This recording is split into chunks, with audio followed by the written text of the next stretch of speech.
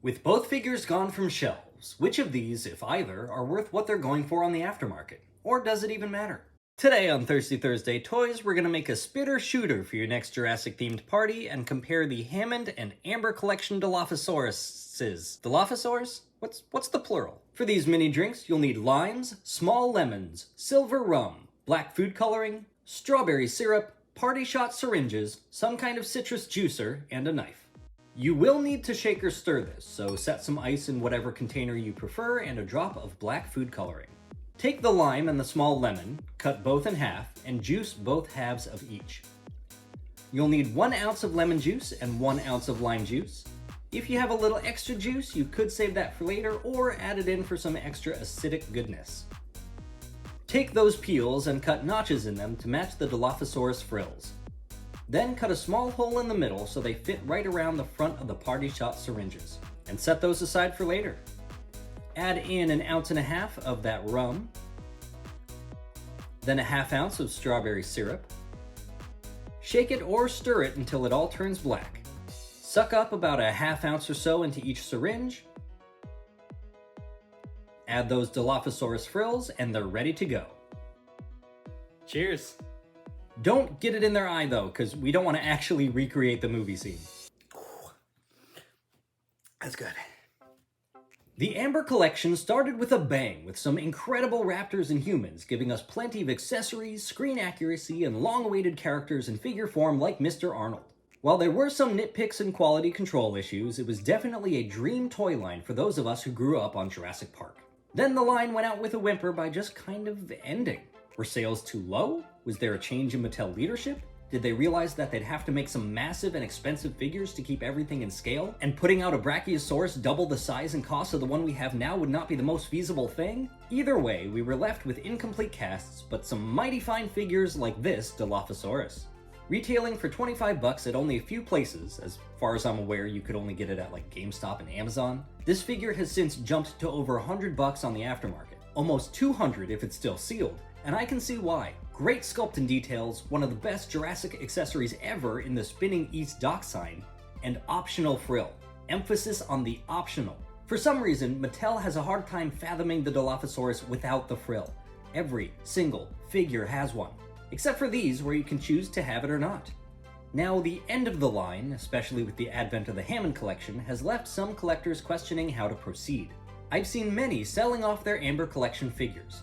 The line will never be complete in that scale, they take up a lot of room on the shelf compared to the main line, and you can make some good money on them on the aftermarket, especially considering that the Hammond collection is redoing all the same cast. Was this figure worth the original retail price? Absolutely.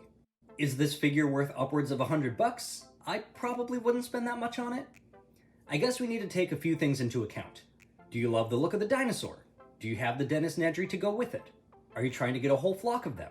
Do you have the money to spare? Another thing we need to take into account is the existence of the Hammond Collection Dilophosaurus. This one is, overall, less. It retailed for less, for around $12 to $15, is less articulated, has fewer accessories, and isn't as detailed as its Amber counterpart. Instead of taking the larger figures and scaling them down, they made all new sculpts for the Hammond Collection, and I don't think they're as good, especially not the Raptor. I clearly don't understand the technology, but I know that some companies are capable of scaling their sculpts up or down, including Mattel. They scaled up the Attack Pack Dilophosaurus to the Dominion 2-pack one. So I'm not sure why Mattel didn't in this case. I imagine the articulation would be difficult to shrink down, but I think the rest of the sculpt should work, right? Either way, while this one does have a stubbier tail and other concessions due to the smaller size, I don't think that this one is bad. In fact, I find it better than almost all the other Dilophosaurus figures they've offered. Mostly because it doesn't have chunks where the frills fold down or pop out, and the tail is a decent length and thickness. One area where this figure outshines the Amber collection is the availability. It was up for pre-order on multiple websites at a more affordable price point, and plenty of them made their way to Target stores, at least the ones in my area. While they're no longer in stores, their aftermarket price hasn't gone up nearly as much as the Amber collection, selling for around $25 to $30 on eBay as of the recording of this video. I'd say that's pretty reasonable. Another thing that I think it does right is the frill. Unlike the Amber collection one, you do not need to pop the head off to get either frill part on. They just snap onto the neck and head easy breezy. The sculpt may not look as cohesive, but you don't risk snapping the neck joint. Additionally, You can have it without any of the frill pieces at all, and it looks just fine. Unlike the amber figure that will have a gap at the back of the head.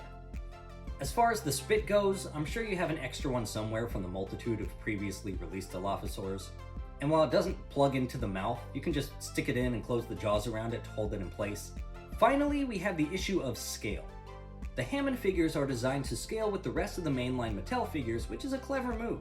I'm sure we'll slowly be replacing our mainline figures as the Hammond versions come out, and when the Hammond line ends, these will still work with our collection. But in the meantime, it's no secret that the mainline scale is a little off. Look at the size variation in these figures alone. Now, one could argue that we have some adults, sub-adults, juveniles, etc., and that's good enough for me. But I think the Hammond Dilophosaurs are way too big. In the Amber line, they were clearly smaller than the Raptors, but here in Hammond land, they're the exact same size. Not the end of the world, but for a line that also boasts an accurate scale, I don't know. But not a deal breaker for me by any means. And hey, these might scale even better with the Amber Nedry. What do you think? For those who missed out on the initial release of these, hopefully you can get them for a decent amount on the aftermarket, or maybe they'll re-release the Dilophosaurus in a set with Dennis, maybe an in-scale juvenile. I'm just speculating here. For now, I'm keeping all of these.